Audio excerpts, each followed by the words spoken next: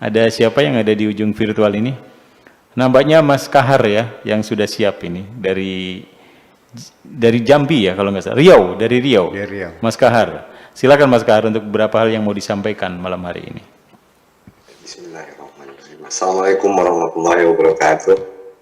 Waalaikumsalam warahmatullahi wabarakatuh. Yang saya mau tanyakan tentang pemaparan yang pertama tadi tentang haul. Yang kedua saya sadar kalau saya ini mungkin di bagian yang kedua ya nggak punya catatan kebaikan. Jadi yang saya tanyakan Buya, seandainya lah saya mati, meninggal dunia, apakah ada kesempatan saya bertemu Tuhan walaupun disiksa? Itu aja Buya. Sekian, terima kasih. Wassalamualaikum warahmatullahi wabarakatuh. Waalaikumsalam. Pertanyaan yang cerdik ini Bu ya. Iya. Saya menyerahkan sepenuhnya kepada Allah. Karena hanya Dia yang memegang hak prerogatif. Dan tidak bisa dipertanyakan. Absolut. Hak prerogatif Allah itu sangat absolut. Dikatakan dalam Al-Quran, innaka tu'adzibu man tasha. Engkau bisa menyiksa siapapun yang kau kehendaki. Enggak ada urusan. Apakah orang itu jahat atau orang baik, terserah Allah. Mau disiksa ya silakan. Engkau adalah Tuhan dan itu adalah makhlukmu, ciptaanmu. Apa? Pemahaman kita tentang hak prerogatif yang absolut itu sama dengan rumah ini. Anda tidak punya hak untuk mempertanyakan kepada saya, Buya, kenapa HP-nya dibanting? Urusannya apa ini HP-ku kok? Kenapa mejanya digeser? Urusan apa ini mejaku? Kenapa dikasih AC? Urusan apa ini rumahku? Ketika semuanya milik Tuhan dan ciptaan Tuhan, lalu kita urusannya apa? Itu makanya innaka tu'adzibu man tasya wa taghfiru man tasya. Engkau bisa menghukum siapapun dan engkau bisa mengampuni siapapun. Jadi jangan dipastikan orang itu tidak diampuni, nggak ada urusan. Itu saja persoalannya. Ya, saya kira dengan banyak orang yang mendoakan, para ulama, para solihin, ya, yang mengirimkan Fatihah mendoakan. Mengapa tidak Allah mendengarkan doa mereka? Apalagi kalau yang mendoakan itu anak-anaknya yang soleh-soleh. Ya kan? Idza mata ibnu Adam in qata'a amaluhu illa min thalathin. Putus amalnya kecuali 3, sedekah jariyah, ilmu bermanfaat, dan anak soleh yang mendoakan. Itu sebagai isyarat bahwa bisa saja hukuman itu diringankan oleh Allah karena doa anak-anaknya, anak yang soleh. Sebagian hartamu mungkin engkau dulu tidak berbuat baik, tapi setelah engkau meninggal, harta yang mereka dapatkan dari warisan itu mereka sedekahkan, mereka wakafkan, mereka hadiahkan untuk bahwa dia meninggal atas kebaikan anak-anakmu itu, maka hukumanmu diberi keringanan oleh Allah atau sama sekali dihapuskan, tidak ada persoalan. Kita tidak bisa memastikan seseorang masuk surga, memastikan orang masuk neraka. Memangnya kamu Tuhan? Nah, artinya bahwa masalah rahmat Allah ini ya akan diberikan kepada siapa? Ya terserah Tuhan. Wallahu yakhtassu bi rahmatihi may yasha. Allah akan memberikan rahmatnya kepada siapapun yang dikehendakinya. Selesai. Jadi yang penting kita tidak usah mempertanyakan nanti saya masuk surga atau neraka. Ya daripada Anda cemas ya, kecemasan yang berlebih-lebihan, ya cobalah berbuat kebaikan sekecil apapun. Ya, ittaqullah mastata'tum.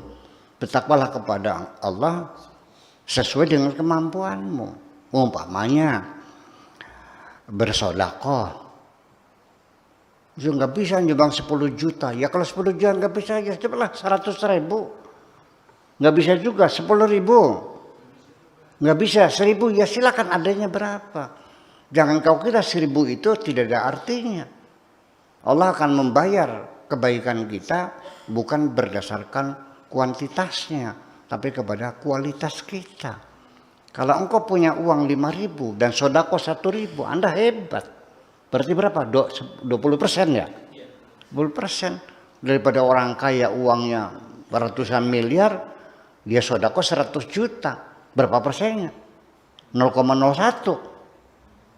Jadi siapa yang dermawan? Orang yang miskin itu. Nggak bisa dengan uang, ya dengan tenaga. Ikut bantu, pasang bata, pasang adukan, ikut bangun. Tanpa dibayar seharian, sodakoh tenaga. Bisa nggak? Nggak bisa tenaga, ya dengan mulutmu. Karena kau bisa baca sholawat yang enak suaranya, buka seser di pinggir jalan, minta sodakoh di pinggir jalan, karena suaranya enak, akhirnya dapat duit juga. Tapi suaranya nggak bagus. Ya dengan doanya lah. Cobalah bangun tengah malam, kau doakan mudah-mudahan masjid yang sedang dibangun cepat jadi. Itulah kebaikan-kebaikan. Sampai ketika engkau berniat berbuat baik, ternyata tidak sampai terlaksana, sudah dicatat satu kebaikan. Kalau orang niat baik, sekalipun belum dilaksanakan, sudah dicatat sebagai kebaikan. Tapi orang yang niatnya berbuat jahat belum dicatat, menunggu sampai kalau sudah dilaksanakan. Itu satu.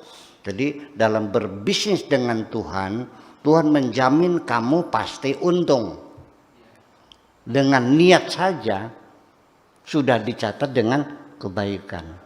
Tapi kalau niat kamu jahat tidak ditulis kalau belum dilaksanakan. Kalau kamu berbuat baik 1, dibayarnya 10 kali lipat. Bi asyri amsalihah. Bahkan sampai 700 kali lipat satu kebaikan. Tapi kalau kamu berbuat jahat 1, dibalasnya 1. Dijamin untung berbisnis dengan Tuhan. Kita berbuat 1, dibalas 10 sampai 700, tergantung kualitas kebaikan kita. Tapi kalau kita berbuat jahat 5, dibayarnya 5. Kalau kita berbuat baik 5, dibayarnya 50 atau sampai dikalikan 700 berapa tuh? Ya. Itu sumbulatin mi'atu habba fi kulli sumbulatin mi'atlah. Sabat sanabil 4 tangkai padi. Dan setiap tangkai itu 100 biji, 700 kali lipat. Nah, itu artinya bahwa diberi kesempatan engkau untung. Tapi kenapa engkau selalu rugi? Kenapa? Innal insana lafi khusrin. Manusia selalu rugi berbisnis dengan Tuhan. Nah itulah saya kira nggak usah menanyakan nanti dosaku bagaimana. Selagi engkau masih hidup, engkau bisa menghitung dosa-dosamu, bisa menghitung kebaikan-kebaikan. Aku percaya engkau masih punya daya ingat. Berapa kali engkau mencuri, berapa kali engkau menolong orang, berapa kali engkau ngasih makan anak-anak yatim.